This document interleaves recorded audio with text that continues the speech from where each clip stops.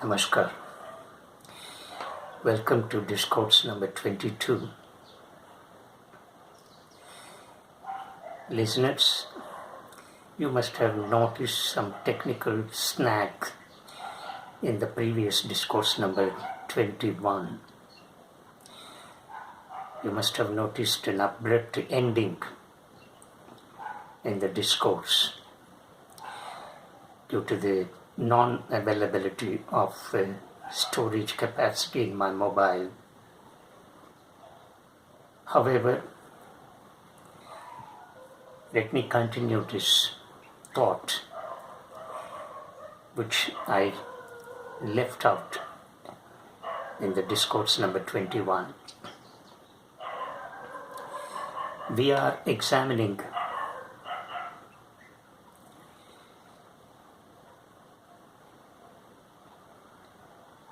Vairagya, another vital means by which vrittis can be checked, according to Patanjali.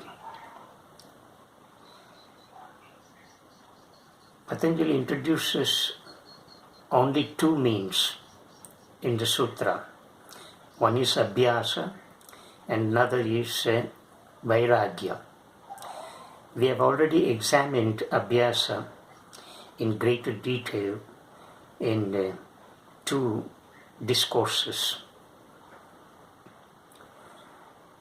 While focusing on the Vairagya,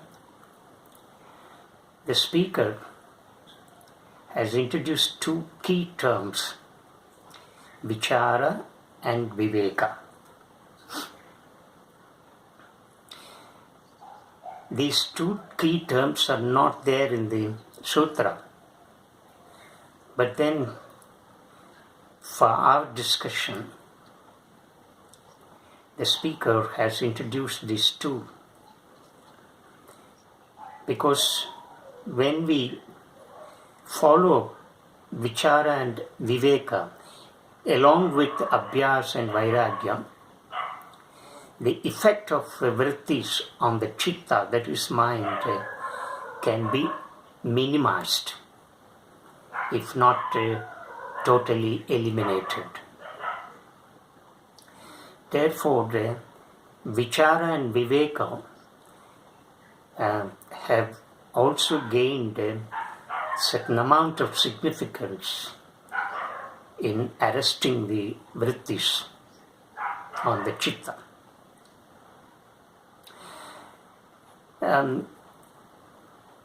I have already given the vital meaning of this word Vichara. Vichara is not questioning. Vichara is being reflective, being contemplative. This is the actual meaning of the word Vichara.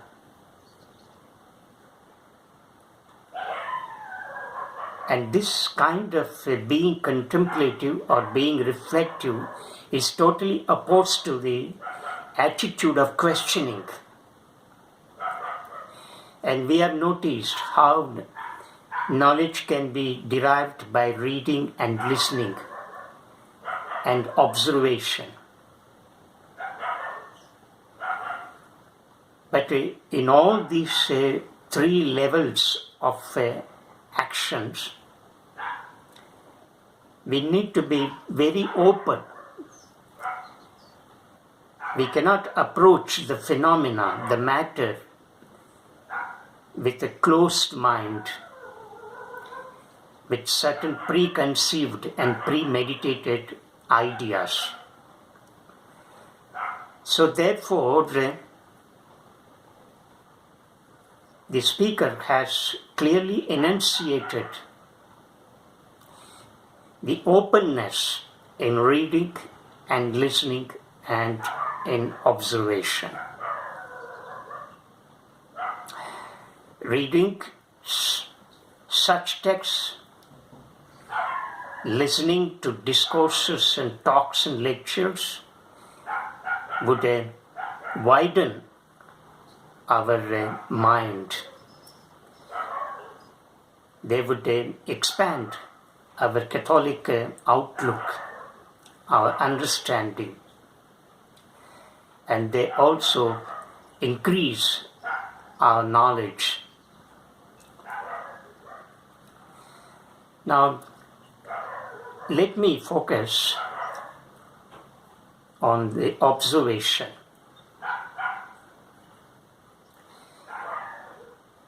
And I will connect this observation to the sense of contemplation or reflection. There are, observe is a very powerful term. It's more powerful than seeing or looking. When you see, you just see and ignore.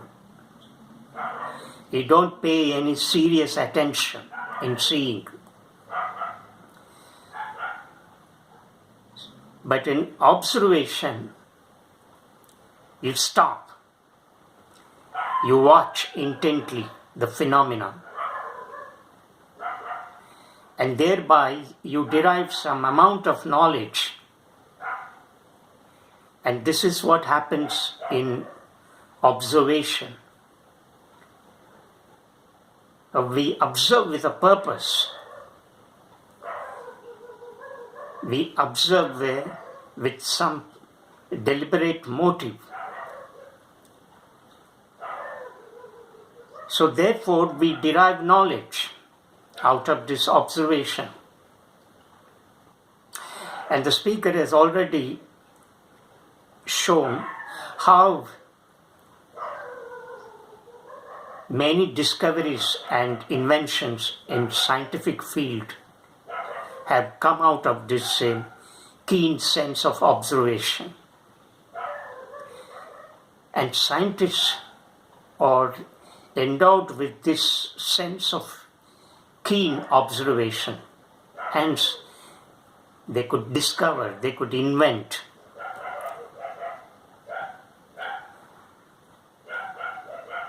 So, to observe is different from to see. To see means it is a casual one, but to observe is very serious act of seeing. So we bring our intellect, we analyze, we question, we interpret, we evaluate, we draw conclusions, and thereby we derive some amount of knowledge out of these various processes. So this is what happens in observation. But then we are talking about Vichara, that is being contemplative, how it is different from observing. Now let me bring out three kinds of observations here. The first observation is intellectual. What happens when you observe the phenomenon outside? We tend to question immediately, what is this? Why is it happening? What is the result of this? What is its impact on the totality of life? And so on. So when we interpret, when we question, when we reason, when we analyze, evaluate, interpret, and draw conclusions, we derive some knowledge. And this knowledge is called intellectual knowledge. And this intellectual knowledge is derived by applying the implement that is intellect. So when we observe, we use this intellect, buddhi. And therefore you see in the whole world so much of knowledge, so many specializations. So this knowledge is ever expanding, because human intellect never keeps quiet. It keeps on probing the matter, and there is no end to this probing of the matter. Therefore, we are getting so much of knowledge. And this kind of knowledge derived by applying intellect is called intellectual knowledge. Now, this intellectual knowledge is never constant. The property of intellectual knowledge is changing. That is the guna. That is the guna, quality of this knowledge derived by applying the intellect has this property, there is this quality of changing. It is never constant. It is not permanent. Its quality is impermanency. And what has been discovered today becomes invalid tomorrow. It is questioned tomorrow. The theory that is invented today becomes invalid after a certain time. So knowledge is never constant. It keeps changing. So intellectual knowledge derived from this sense of observation by applying intellect is never constant. This is one kind of knowledge that we derive from observation, and this is one observation. This is called intellectual observation. I hope the listeners have understood this point. Now there is a second level of observation. In this observation, the observer just comes into contact with the phenomenon outside. He will not apply the implement that is intellect, that is buddhi. He will not reason. He will not question. He will not question why is this happening? Why is the color of the flower is like this? Why shouldn't it bloom in this manner? Why the phenomenon is happening like this? And so on and so forth. So the observer will not use intellect.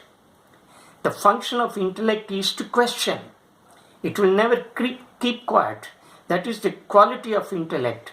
So where there is a quality of intellect, where there is the presence of intellect in its high degree, such a person will become highly intellectual. So in the second level of observation, the observer will not question.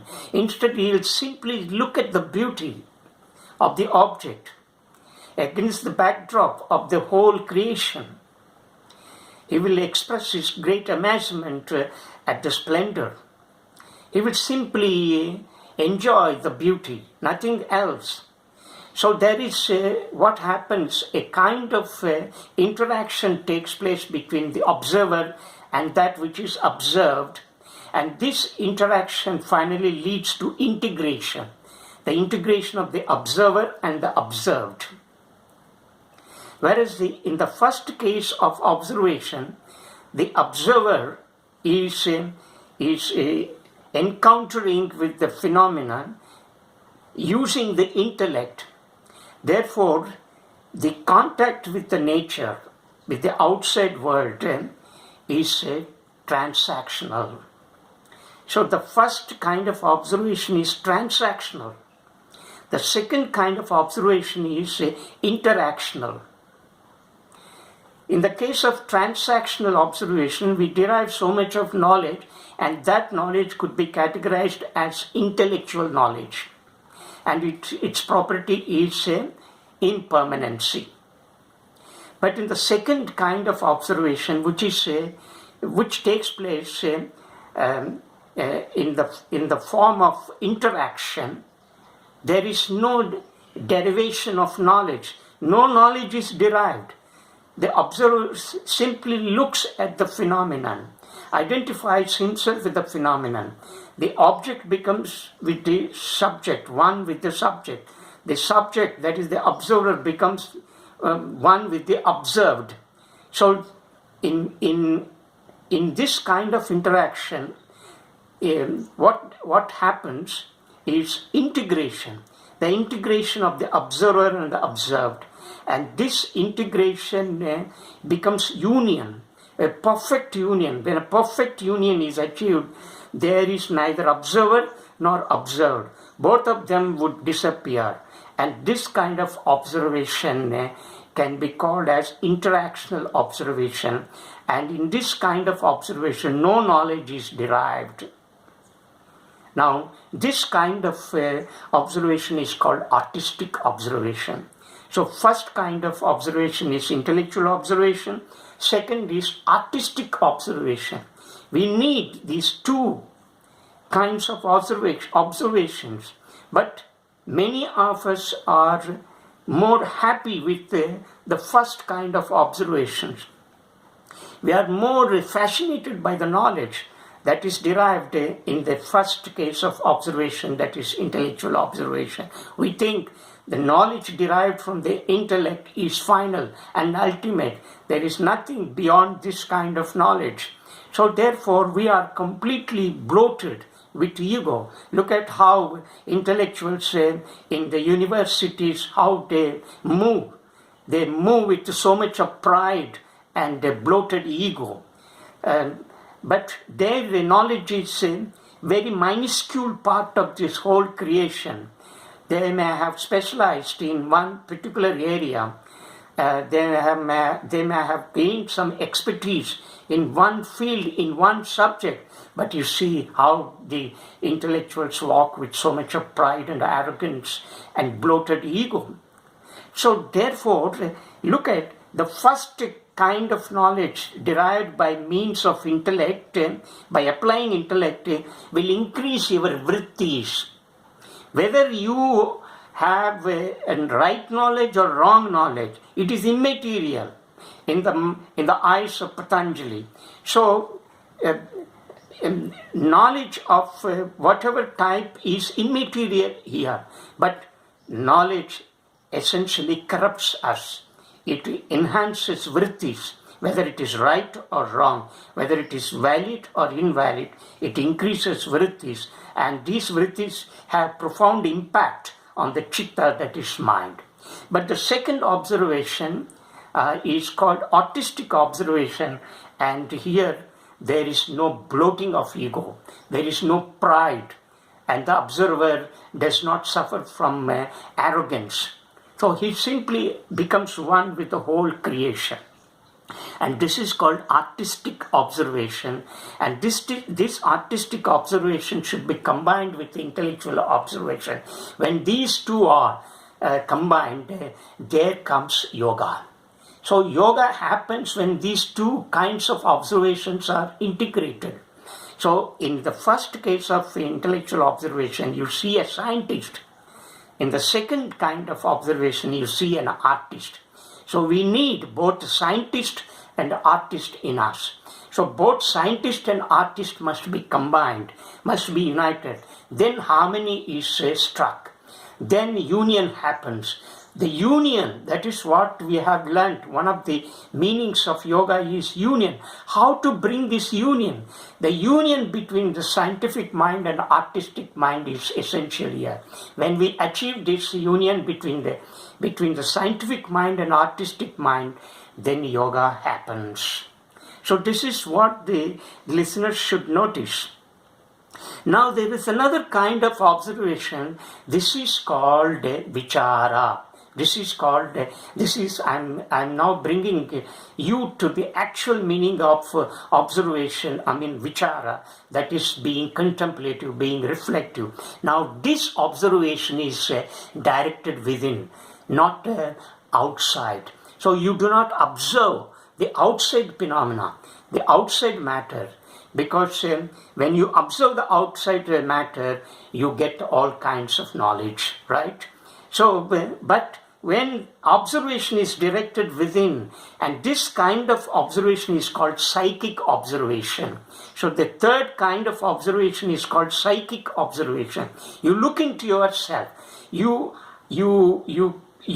have the questions, but these questions are not directed to the matter outside of you, but these questions are directed within. So you question some of the abstract ideas. What is this existence? What is the meaning of this existence? What is my relationship with this whole creation outside, with nature? What is this body? What is this mind? What is the link between body and mind? What is the force behind this that sustains not only this organism but every organism in the whole creation? What is the purpose of my living? And so on and so forth. When you are confronted with these questions, you have a different kind of observation, and you have a different kind of knowledge. And this knowledge is called knowledge of the self. This knowledge is also called as psychic knowledge. So you have intellectual knowledge, artistic knowledge, and psychic knowledge. So one kind of observation is intellectual observation, from which you derive so much of knowledge that you see in the whole world, which is stacked in the libraries, in the university libraries, college libraries, and so on and so forth. The second observation is called artistic observation. This artistic observation does not yield any knowledge, but simply you have a profound heart, you have a profound feelings, you respond to the nature, you respond to the situation, you respond to the phenomena with so much of love, sympathy, and understanding, and nothing else takes place. So no knowledge results in the second kind of observation, but in the third kind of observation, which is known as psychic observation, you have a different kind of knowledge, and this knowledge is totally different from the knowledge that we have seen in the first kind of observation. So this knowledge is called psychic knowledge. This is the knowledge of the self. So you question some of the abstract ideas within you. And when you question, you don't find answers. Like you find answers in the first case of observation.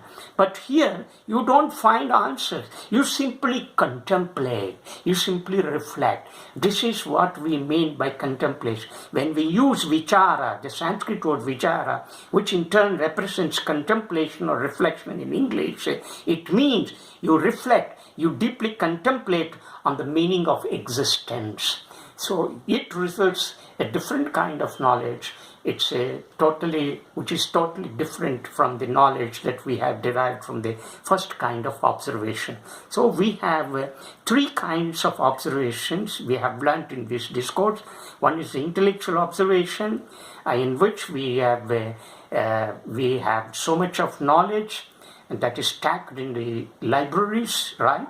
So human knowledge is growing because of the first case of the observation. The second kind of observation is called artistic observation, where nothing happens except a simple communion with the nature takes place. In the third case of observation, this observation is directed within. So you also raise certain questions and contemplate. When you raise these questions, you do not find any standard fixed answers for such questions. You get certain fixed answers in the first case of observation, that is intellectual observations. Here you cannot derive such kind of standard fixed answers, but you simply reflect and contemplate. It simply takes you, and that is the beginning of meditation. So what? And this is called Vichara. This is the true meaning of Vichara. Now we have come to the true meaning of Vichara. Vichara means being reflective, being contemplative within, not without. When you direct your inquiry outside of your body and mind, and that becomes intellectual observation and knowledge derived from that kind of observation always corrupts us.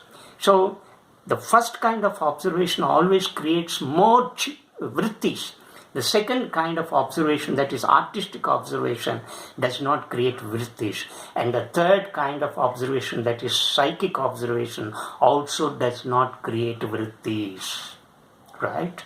So when you have this kind of psychic investigation, psychic inquiry, right, and psychic observation, then you are in the realm of a different realm, in a different world, and this world is a yogic world, and yoga is happening here too. So yoga happens not only in the artistic mind, not only in the artistic observation, but also in the psychic observation, but not in the intellectual observation. But one condition is that intellectual observation must be combined with the artistic observation. Intellect, which is a predominant element in the intellectual observation, and heart, which is embodies all feelings, love, sympathy, and understanding in artistic observation, must be combined. There arises a union. So this union between the intellect and heart is one kind of union, and another kind of yoga that happens within, and that is that happens because of vichara, because of contemplation. We contemplate on the meaning of existence, on the meaning of this life, and so on and so forth. Namaskar. We shall meet in the next discourse.